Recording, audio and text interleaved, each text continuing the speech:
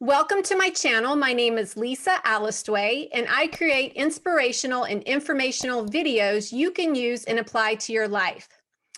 Today's guest is Victoria Volk, who is a grief writer and author, advanced certified grief recovery specialist, a YouMap certified coach, podcaster of the Grieving Voices podcast, and a trained end-of-life doula. I will be linking her website below for your reference. Welcome, Victoria. Thank you for the intro. Yes, Great to be definitely. here. Well, I was talking to my mom and she was asking me, what is your topic this week on your channel?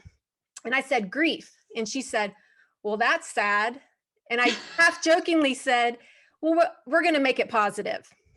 And what I mean by that is that if anybody is going through grief right now, I'm hoping that through today's video, you're going to get some tools that you can use to understand the grief process and hopefully help you kind of process it more healthily. So it is my hope that this talk is inspirational and informational. I'm all about the information. So yes. Yes. So what would you say is the best working definition of grief you have heard? The Grief Recovery Institute, which I'm trained through and certified through, defines grief as the loss of hopes, dreams, and expectations, and anything that you wish would be or would have been different, better, or more. Mm-hmm. It's reaching out for someone one more time and they're not there. It's embodies a lot more than just when someone passes away. Yes, exactly. There's different types of griefs, and a lot of times our go-to is to think it's just the loss of someone, like you mentioned, but it could be the loss of a pet, which could be just as heartbreaking as a loss of a person. It could be the loss of a job, a loss of a friendship, a loss of any kind of relationship. Maybe you have had to move and there's a loss in that. So there's lots of different kinds of grief that we're going to be touching on that all need addressing. Yeah, there's more than 40 plus different types of losses.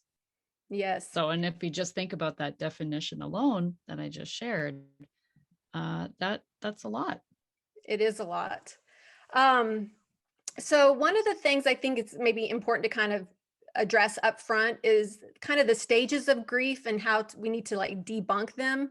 And just as a reminder, that's denial, anger, bargaining, depression, and acceptance. Everybody's probably heard of that before. Can you touch on why we need to kind of debunk those stages? Yeah, there are no stages of grief. And Elizabeth Kubler-Ross, whose work is tied to the stages of grief, she never intended it to be about grief. Her work and her research was revolving around people who were passing or dying of a terminal illness or diagnosed with a terminal illness. And interestingly, her son I'm expecting him to be a guest on my podcast. Oh, and wow. He's carried the torch of her work, and I very much am excited to have that conversation with him. But yeah, there are no stages because grief isn't linear. There are no, yes, you experience those feelings, but you can experience joy and sorrow in a matter of the same minute. Yeah. You know, it's sorrow and joy. It's anger and denial, and joy in there. You know, we experience all of these things sometimes simultaneously. You know, you can, especially with difficult relationships, less than loving relationships, you can feel great relief when that person passes, but you can also feel sadness and sorrow and joy of the expectation that, well, I don't have to deal with this person anymore. And then that's conflicting, right? Because then you feel guilt, you know, so there's all sorts of emotions that we can feel that are wrapped up in our relationships. So yes, very complex. And like you said, not linear. You don't get to acceptance like overnight. There's a lot of things that are going on. So let's touch on the effects of grief and what they have on the body, mentally and physically. Grief itself is an energy. It's a very powerful energy, and it's very exhausting, and it's Yeah. very draining and Yes. taxing on our emotional and physical health. And there's a lot of talk about mental health, but I really wish that we could change that word mental to emotional, because I think it's more descriptive of really what's happening um, within the body, the emotional body, the Hmm. physical body, because they're not separate. They're our heart and our minds and our physical body, it's all connected, all of it. And in grief recovery, I've learned, and how, the programs that I walk people through, they learn too that we either implode or we explode. And so, because grief is cumulative and it's cumulatively negative, it Yes. stacks up over time. Yes. Unresolved grief, the emotional stuff, the residual stuff that we never deal with, it stacks up and it builds up within our bodies. Hmm. And as a Reiki master, the aspect and the side of the energy aspect of grief, this is where I suppose it really opened my eyes to the energy of grief, being a Hmm. Reiki master. And it gets stuck within us very easily. And not getting too much into the energy talk of it, like the technical stuff, but coming back to the implode or explode, if we don't address these things, it starts to manifest physically. Hmm. And if it doesn't manifest physically, actually it does manifest physically, but if we Yes. don't address it, we explode or we implode. And implode, I mean, we start to have physical symptoms. We start our For me, for example, my hair started to fall out. I started to lose a lot of weight in a short period of time. I was having digestive issues, um, anxiety, depression.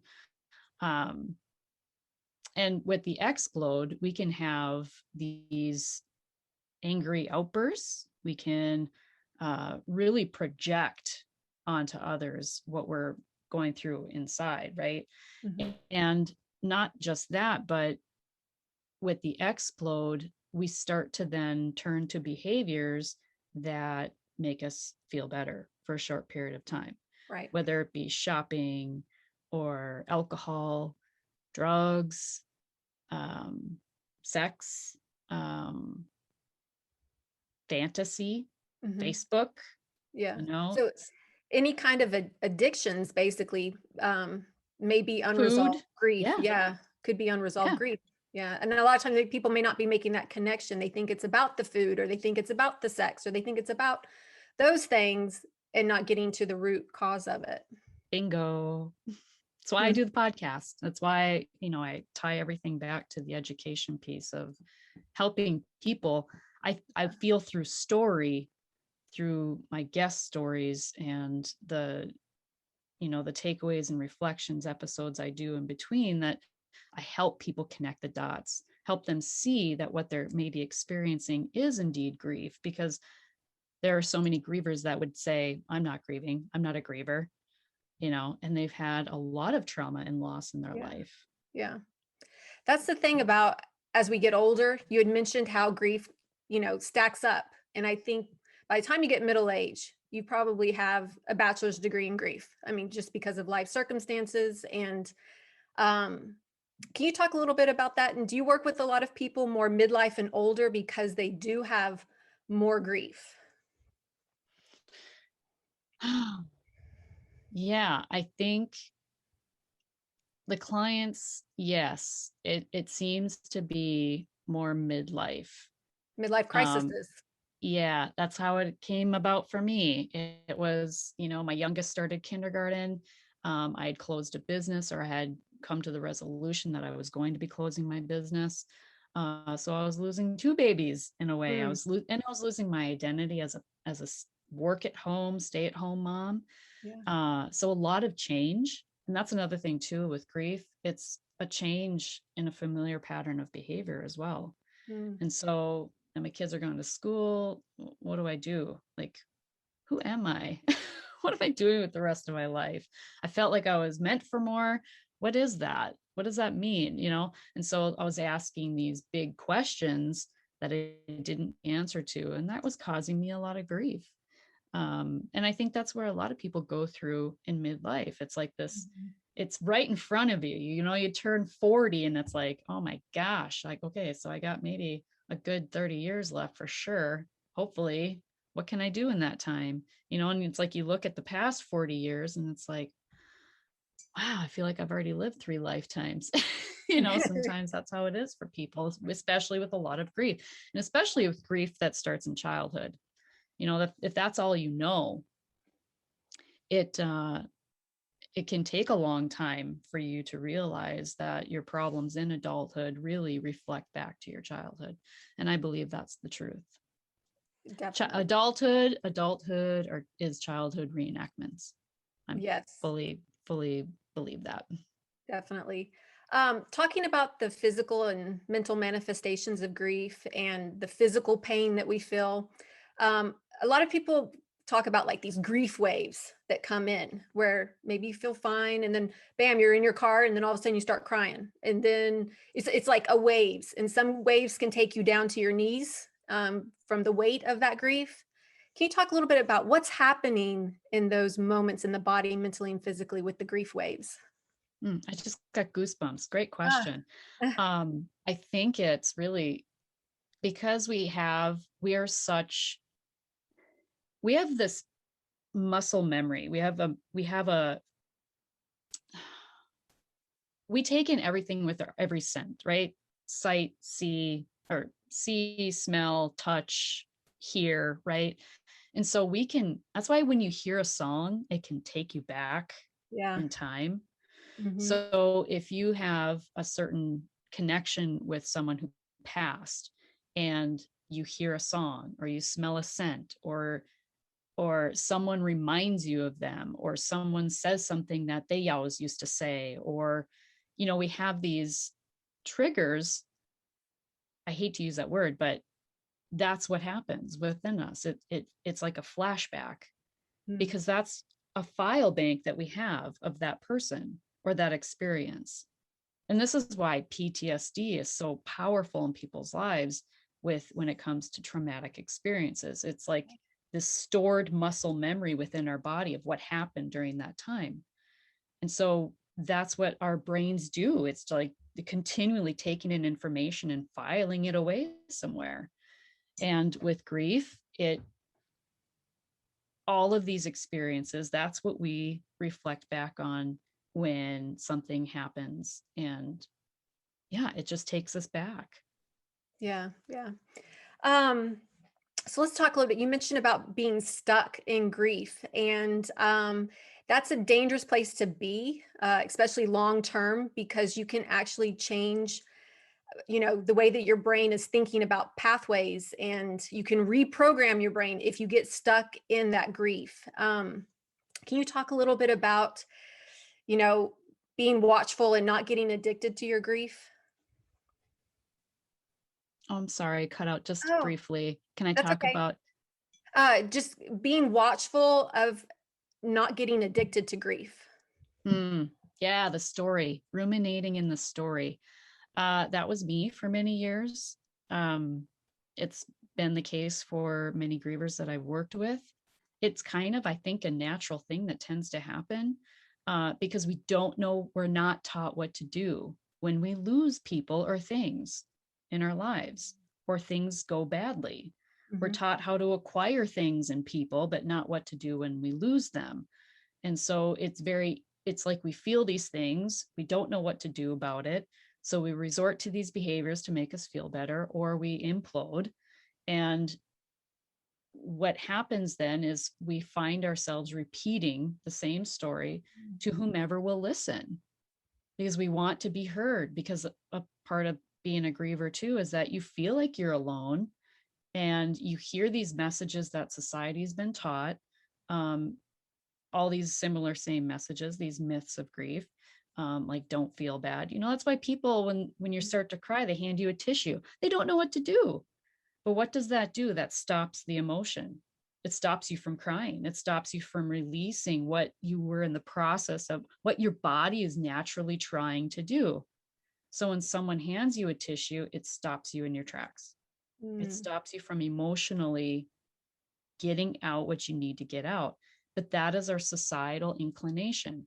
Here's a tissue, feel better, don't feel bad. Yeah, because it makes me feel bad. You're feeling bad. Sometimes Right. people have And their own. and it makes people feel uncomfortable. I don't know what to say. I don't know what to do. I probably haven't dealt with my own stuff. Yeah, that's a really good point. If you're going through grief, you're probably not the best person to turn to right now for somebody that is also going through grief. Right. Well, I mean, you can find support there, but they're Right. not the person to help you move forward if that's what you're wanting to do. Yes, because you have to get out of that victim mentality eventually. And everybody's timeline is different. Like we talked about, the stages, there's no such thing. It's not linear. But you have to be aware of how detrimental it can be if you stay stuck in your grief. Like you can actually, like I said, reprogram your brain, and you don't want to do that. You've got to put down new pathways that are going to help you get through the grieving process. I can tell you, if I would have known what I know now 22 years ago, even or longer than that, my life would not have had as much suffering as it did. Plain and simple.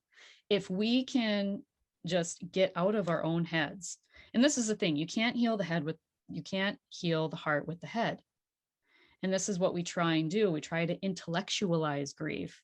We give it labels. It's disenfranchised, or it's complicated, or it's this or that. We don't need the labels. That only keeps people stuck. It's, yeah. It's very unfortunate that we're not taught better about grief in our families, in our schooling, in our culture. And it still becomes quite a shock when certain things happen that are ultimately just part of life. And would you mind touching a little bit on your background and with grief and so on? Just, I think that would help the audience get to know you a little bit better, and what makes you a very good person as far as very, a lot about grief. Yeah, I have a lifelong experience. My dad passed away when I was 8, and then I was sexually molested thereafter. And so I had grief. And then my sister, who was like a huge caretaker, like very much present in my life. She is 9 years older than me. So she was kind of like my second mom, because my mom worked a lot. And she moved, actually. So shortly after her dad passed away, she left. And so there's a lot of change and a lot of, and then my mom got into another relationship quickly thereafter too. So it was just a lot for an 8-year-old to take on. And I grew up very fast. I had to, and became a latchkey kid, and or I was a latchkey kid. And so I had to become resilient, not by choice. And that's one thing I want to share too, with when it comes to children. I hate it when adults say that children are resilient. Children don't choose to be resilient. They're put in positions where they have to become resilient. There's a difference. Yeah. And I think we become resilient as adults, but we have to choose to. And I'm a huge proponent of emotional resilience, of arming and empowering ourselves with knowledge and education and tools, so that when life does try and beat us down, it doesn't beat us down. Right. I like to say that, if you're suffering right now, if you're watching this and you are suffering with grief, you feel like you're suffering, you might as well be suffering and moving your feet. So going to the Facebook groups where there's 3,000 other grievers who are sharing their stories, and it makes you feel badly when you leave Facebook, you feel worse about yourself, or you feel just so deep compassion for others, which is great, but it doesn't move you forward. Or you go to an in-person support group Maybe you have for the past 5, 6, 7, 8, 10 years, which I've heard this many times over with those that come to grief recovery. They've gone to these other support group programs, and it's people the same, not even always the same people. That's the other thing. When you're bringing people together and it's a rotation of different people, that's not a very safe environment. Yeah. It's not creating safety. And Mm-hmm. so it's very important in grief recovery, we create safety Mm-hmm. in the container in which people share. And so it's not just coming and saying the story over and over and over. It's giving you tools, and it's a framework for moving you forward. And that you just don't get in most support groups, whether they're online or in person. Mm-hmm. You have to be really careful who you pick as a counselor. There's bad counselors out there and there's good counselors, and the bad ones will happily take your money and have you come into therapy for years. And you have to ask yourself, if you are in that position, have you moved forward? Like, are you stuck with your counselor? And you need to have a very actionable counselor that's going to help you move forward and want to eventually not have you come to therapy. That's the goal. That's the goal. Yes, absolutely. It's like grief recovery changed my life. I had tried therapy. I had tried to do things on my own. I thought I was okay at many points throughout my life. Like, I'm good. I got this, And then you have another loss. It's, oh yeah, I guess not, just it rears its head, eventually, and it just keeps pounding you until you address it at the Yes. root. Yes.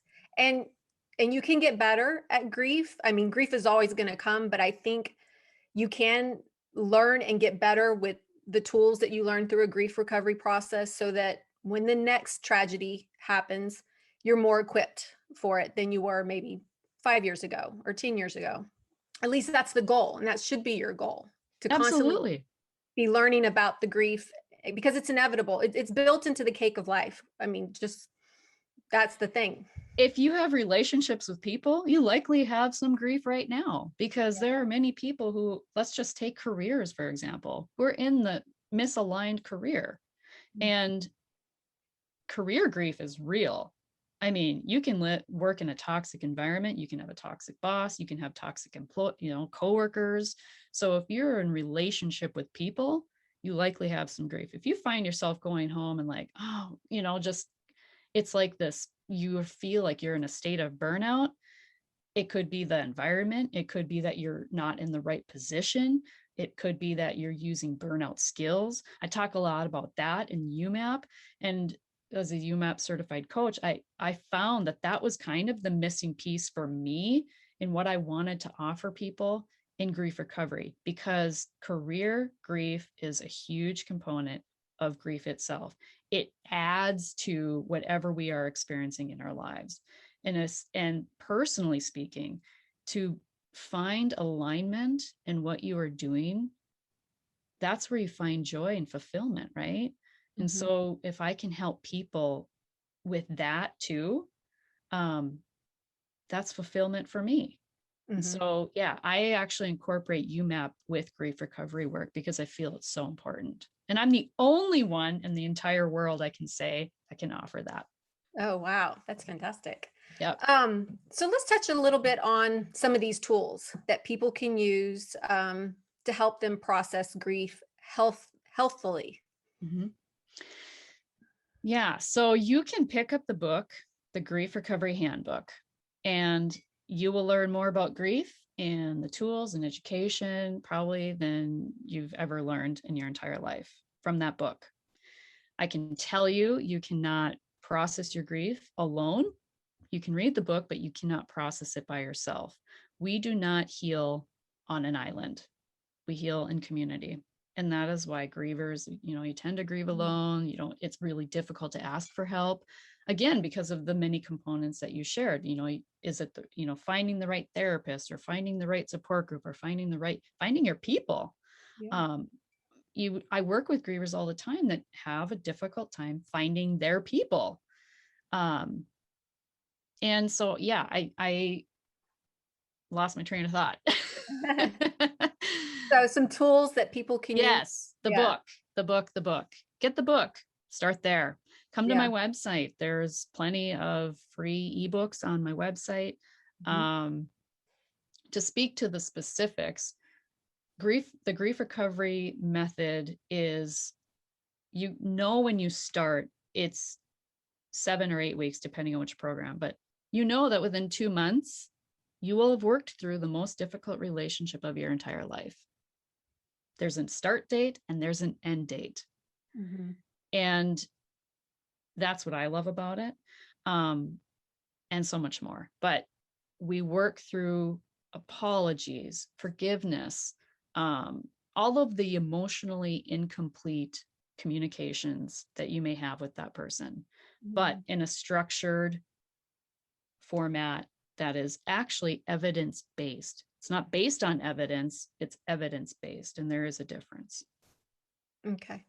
That is really good to know, because a lot of times I think people, they don't want to self-reflect. They don't want to go into those repressed feelings that feel so bad. That's why they keep them repressed. And I think, grief recovery is only going to work when you're ready to put the work in. Mm-hmm. You can't force somebody to do it. I think there is a point where everybody gets sick and tired of being sick and tired. And maybe that's the point that takes them to read the grief book, to go through a 7 to 8 week course to really get to the root of it, because they can't keep feeling the way that they're feeling anymore. It's not working, so they have to do something about it. Yeah. And that was me. You took the words right out of my mouth. I was sick and tired of I was sick and tired of feeling the way I was feeling. I started to see the patterns of behavior throughout my life. I was resorting to alcohol. I'm now, November will be 2 years. I have not had a drop. Wow. And I did that through grief recovery. Thank you. Mm-hmm. And my life has changed. I have become more of who I am because of grief recovery. That's the silver lining in this. This is where people they want to think grief is all bad and sad and there's nothing good about it. But there is a purpose for grief. There's a purpose in this life design, even though it sometimes doesn't very crystal clear. And so can you talk on how on the other end or the other side of grief has made you more alive or better or whatever it is that it's given you?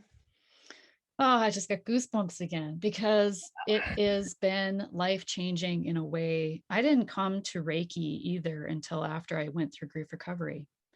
I became a Reiki master. I've had opportunities and doors open for me that I did not expect. Mentors, teachers, friends. I started the podcast. There's so many great things that have come about only because I've gotten emotionally complete with the most difficult relationships in my life. Mm-hmm. And I continue to use the tools. This isn't a one and done. Yeah. This is something that you have too for the rest of your life. No one can take this away from you. Yes. It's like any education, right? No one can take it away from you. And it creates ripples in your life. When you start to sweep your doorstep, everything changes. Yes, yes. And if you hadn't done the work, you would have been blocked from a lot of what these opportunities and this new way of looking at life and new things that have come into your life. Yeah. And I would be a very different parent because I was not a very healthy mom. Really emotionally healthy mom prior. Mom guilt is real. Yeah. And anyone who has kids, it's but that comes from inside you. Yeah. And we talk a lot about guilt also in grief recovery work. Yeah. And that's a good point, because sometimes people don't realize how their own grief is affecting other people. They just think of how their own grief is affecting them.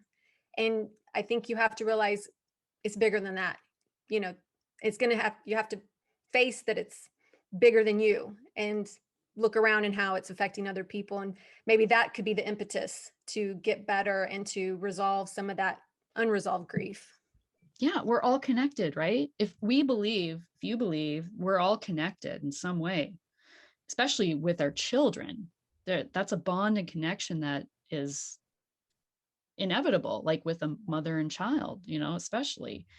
And you have so much impact, whether it's just emotionally the impact you have. A You know, it's not, responsibility. yeah, and a responsibility. Yeah. And if my mom would have known what I know now, my life would have turned out differently. Yeah. I That's the wouldn't have key. had a lot of, I wouldn't have, my life turned out to be a train wreck at one point. You know, I wouldn't have had those experiences, which there's value in everything, right? There's nothing wasted. But again, this is really about not trying to change fate, or, you know, if you believe in that or whatever. It is really showing you that you have choice, because grief makes you feel like you don't have choices. And you Yes. do. And doing nothing is also a choice. Right. That's a very, very good point. So there's a cost in not doing anything. So Yes. you have And to, it's your future. It really is. Truly yes, is your future. yes, most definitely. Um, okay, so here's a good question. How do you know you're healing from grief? I just wrote a blog post I know about I read this. it, but for Oh, my audience, I want them to hear about it. oh gosh. Okay. Yeah. That post actually came about working with a client now. And let's see if I can recap. Sometimes when I write stuff, you know, it's like in the moment, it just flows. But Yeah. how do you know when you're healing? Okay. So you're in the grocery store and you run into somebody and they know you from your past and they know what's happened in your life, and they ask you, you know, how are you doing with so and so who passed away or whatever, and you can just say it. You can just speak it. Yeah. You can say, I'm great. I'm great. Without You're- bawling and breaking down and yeah. yeah. You're not, and it's not a fake I'm great. You really truly Mm. are, I'm great. Yeah, you're at peace. I'm not fine, which is what so many people say. I know I didn't put Mhm. this in the blog post, but it's just coming to me. Yeah. But yeah, you're not saying I'm fine. And that's, you know, fine. And with grief recovery, we say fine is feelings inside not expressed. I like that. Yeah. Because a lot of people say that I'm fine. I'm fine. Fine. Um, physically, you feel better than you ever have, Mm. because once you have resolved these emotionally Exhausting taxing, feelings. Yeah. yeah, you feel lighter. So you Yeah. just feel lighter. Your Yeah. aura, your energy that you bring to your workplace, to your relationships is lighter. Um, you probably have goals that you've never had. Mm. You see opportunity where there once was No hope. no hope. Yeah. You don't project on people what you're going through. It's you're able to step back. Let's say you're in the checkout line and the person that's checking you out is like really just kind of ugly to you, or just really, I don't know, or maybe just anybody. Let's just say anybody, Rude. even in Yeah. traffic, whatever. Yeah. You find yourself not really reacting like you did before. Yeah. You're more aware of your emotional state in the moment. Yes. So you can pause and step back and be like, because one phrase that has saved me so many times when I felt provoked by somebody, I don't know what I don't know. Mm. Right. And I'll tell myself that when someone is being ugly towards me, or they, you know, lash out or whatever, Yeah. I don't know what I don't know. In other words, they could be in the midst of their own grief. Yeah. Or what do I know? Well, I know his wife just passed away. I know that he's probably unhappy where he is, you know, or whatever the, you know, Yeah. I know he's going through cancer treatments, or his dog just passed away, whatever, Yeah. you know. Yeah. Yeah. It's really showing up with more I think what happens is too, naturally you show up with more compassion in your life. Definitely. I Yeah. think the people who have gone through the most hardships in life um, probably are the most compassionate people Mhm. because they have been knocked down and knocked down and they know they can empathize. And those that maybe just have had a go lucky life have no idea of the depth of those kinds of compassion and emotions. Well, you say happy go lucky, but I would argue that there is probably some grief there that Sure. just hasn't Yeah. shown up yet, or they're overcompensating. They're really disassociated from their own emotions, that's what they're projecting is the complete opposite. Sure. because that was a coping mechanism for what they experienced. Yeah, that is a good point. I don't mean to make it sound like some people don't have grief in life. I mean, Right? No. everybody has grief, and everybody's coping mechanisms to the grief can be quite different. And Mhm. those, like you said, that might be, the happy-go-lucky, where they just put on a fake smile of, rather than letting their true self or true feelings show through. And Um, that's what's missed a lot, though, I think, just because grief, mm, I'm going to go here too, because grief yeah, really makes you, okay, first of all, grief just like puts this veil over you, right? You look in the mirror and what you see is mm, grief. You don't yeah, see who you are. You don't see who you could be. You don't see the joy you bring to others. You don't see, there's so much you can't see when your vision is just clouded and blocked by grief, right?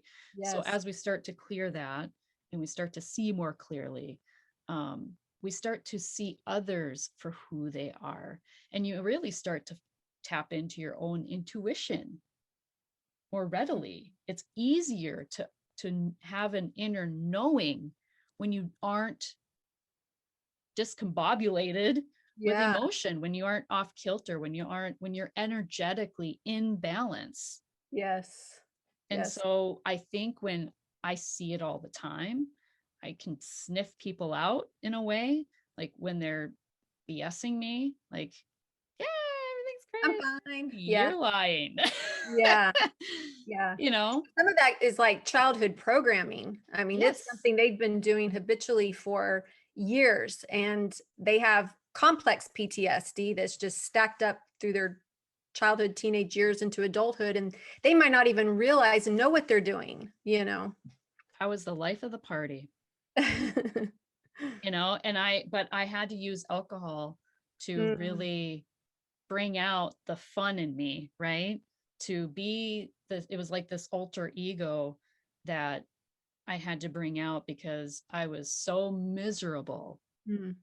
No one wants to be with misery, right? Mhm. Misery does love company, but I wanted to not go there. Right. And that's the So, problem. yes, so I overcompensated Yes. and found a way to do that Hmm. with alcohol. Until it didn't work for you for anymore. Because Yeah. there's a point where, like we said, sick and tired of being sick and tired. You're sick of your own stuff. Mhm. And so we're hoping that with today's message that you don't have to go down those roads. You don't have to go down those extremes, that you can catch it early on, so that you don't do detrimental addictions to your health and your body and uh, emotional state.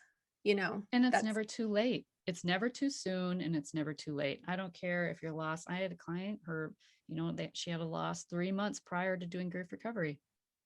And I she thought, lost. she lost someone close to her, a Oh, okay. parent. Yep. 3 months after the loss, she was doing grief recovery. Wow. I wish that could have been me. I only wish. Yeah. Yeah. But I have the tools now. Yes, yes, and that's definitely what we want everybody to have, those tools. I think we would have a healthier family unit, we'd have a healthier society, culture, if we all operated with these tools and put them into practice. Not only just know about them, but actually apply them to your life. Well, and just the education itself, just educating yourself. Like, and you're not broken. You're not Right. broken. There's nothing defective about you. And that's what I Right. thought about myself for so long. Like, what's wrong with me? How come everybody else seems to have their crap together? And I am just like, I feel like a basket case, Yeah. you know? Yeah. And then you realize everybody's got their mask, everybody's got everybody's dealing with After, something. after I realized and dealt with my own crap, then you see clearly. That's what I'm getting at. You see things for what they are. You see people for who they are rather than what they're projecting. Right, right, right. So great clarity can come from this type It of is a work. clarifier, very much so. Yeah. And it doesn't have to be negative. It can be all positive when you're on the other side of this. Yeah, it's hope. It brings hope. Yes, yes. Um, so let me ask you a little bit about, you're an end of life doula. And I think that's really fascinating. My girlfriend, she had a doula when her daughter was born at the hospital. Mhm. And I had never heard of a doula and what they did until she told me about it, and I was like, wow, okay. And then I read about you, and there's an end of life doula. Can you talk about what that is? Can you kind of go into that? That was one of those things too that came about only since grief recovery. I actually just in the last, when did I do that training? I think it was maybe 4 months ago, 3 months ago, something like that. I'm very new, very fresh. Mm-hmm. But what's interesting is that when I was a teenager, I worked in a nursing home where there was a lot of death regularly. I was a CNA, certified nursing assistant. And you sit with people as they're declining. And then I did home health, and I had clients who were on hospice. And you really get close to people at end of life because they'll share things with you that they may not have shared with anybody else ever, right? You So got nothing to lose in those last moments. You may as well, yeah, I was doing that kind of work, but I wasn't doing, it just took me a long time to circle back. Everything's come full circle. What I'm doing now, it's come full circle. Interesting. So I didn't know what a death doula was either. I didn't know they existed. And it was interesting because I actually read my horoscope for the year, and there was something about death doula. Like I would be a great death doula. And I'm like, death doula? What's that? So I was just like you, like, what? This is a thing? I signed up immediately. I did. Within 2 days, I read about it, signed up, did the training. And it's another missing piece for me, because to help someone transition at end of life, it can be a very beautiful and healing experience. But I know that for my father, it likely was not.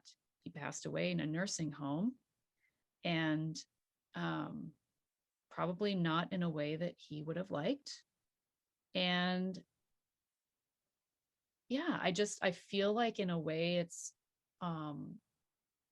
honoring him, but honoring those who may not have a voice in what they want their end of life experience to be.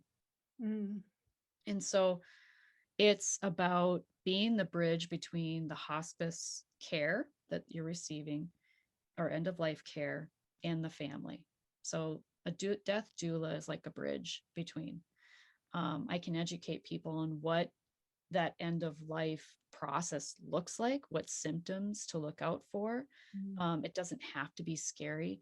And here's the thing too, I've learned a lot through this of how, and it really ties into grief big time, because when someone is diagnosed with something that is probably going to end their life, we try to, and actually Dr. Chris Kerr, who is he's done a lot of research and he's been a hospice doctor for I think over 20 years. He's actually featured in the Netflix docuseries Surviving Death. He was on my podcast. He wrote a book called Death is But a Dream. I recommend it if you want to learn, if that's the phase of life you're in where you know someone or whatever that's dying of a terminal illness. But through his research, and through the podcast, he talked about how we medicalize dying. So many patients, I think it's an upwards of 80, almost 80%. I may have that wrong, but that's a number that sticks in my head. Up to 80% of hospice patients that end up in hospice were first in the emergency room.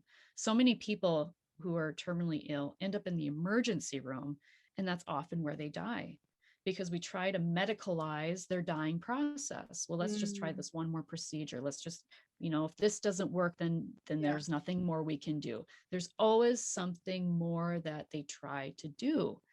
And Dr. Chris Kerr actually started out as an ER physician.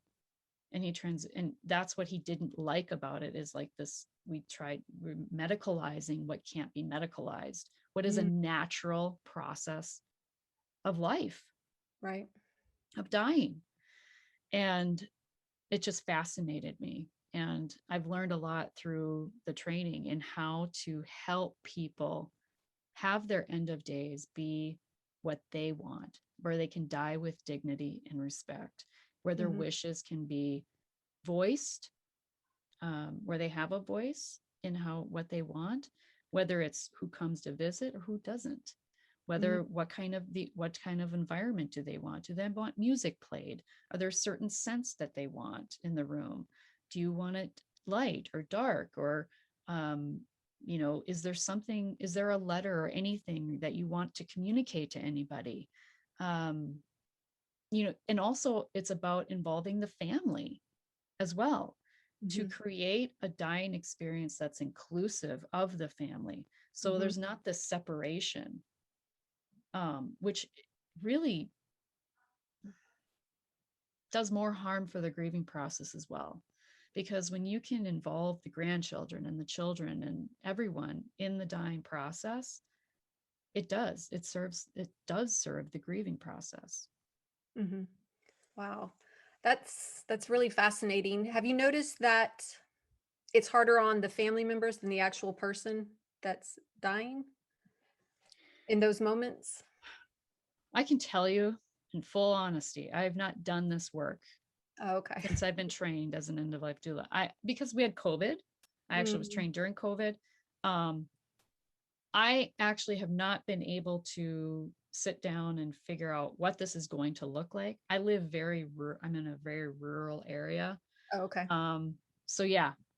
So you're in the real beginning stages of this. Yes. I feel like it's going to start with education. Yeah. I was actually just talking with one of my good friends over the weekend, and who's going through an experience I shared with her about this very thing. And we talked about that, and she found it fascinating as well. But it's like, how can I support people in my area and in my community through this? So I haven't worked all that out yet, but it's going to start with education, though, for sure. Because I think, like you just said, and how, like, what is a death doula, right? I need to start there. Yeah, because it could be the family that's hiring you and the person that's dying doesn't know, or it's the person that's dying that's hiring you and the family's like, what is this again? You have to educate everybody around it. But I think from what I understand, you're kind of that mediator, like you said, between the healthcare workers, the hospice care, and the family, and just being a representative for that dying individual so that their wishes are upheld, which I think it takes a very special person to do that. So I commend you for stepping into that line of work. Because a lot of people they don't want to face it. They don't want to look at it. They don't want to talk about it, and the way that you're approaching it, I think is from a position of privilege. And I think that's beautiful that you don't fear it, that you embrace all of life. And this is just a part of it. Yeah. Well, and even through his research, Dr. Kerr talked about how it's nothing to be feared. The dying process itself isn't to be feared. But again, being able to bring my grief recovery work and experience and knowledge into that experience as well for the family is huge too, because if they have unresolved communications, right? Yeah. They're not going to have the same experience as they could if they resolve those things. Yeah, for sure, for sure. So I'm kind of at the end of my questions. Do you have anything you would like to add on this topic that might be helpful for somebody going through grief? It's finding what works for you and what resonates with you, and whatever that is, because there's all sorts of programs or modalities. And, I'm not saying that grief recovery is the end all be all, although I kind of do feel it is. I mean, I'm partial, because it addresses grief at its root. And it's not like, when you have dandelions or weeds, you can put Roundup on, but next spring they're going to be in your yard again, and you're going to have, but if you just like pulled everyone by the root, you don't need no Roundup, right? That's a good analogy. Grief recovery is the tool that you use to dig up the dandelion from the root. Definitely. That's how I like to look at it. But it's finding what resonates with you, and it's holding on to the hope that tomorrow could be better.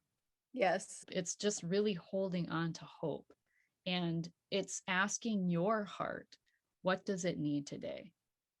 Yeah. What does it need today? And it's really taking it day by day. Yeah. Yeah, for sure. Everybody's journey is on its own timeline. Well, Yeah. thank you, Victoria. I really appreciate you coming on my channel today. Thank you for having me. It's been great. Yes. And if you guys like this video, please leave a comment down below and also hit the like button. And don't forget to subscribe and hit the bell if you would like to be alerted to new videos. Thanks for watching. Thanks, Victoria. Thank you.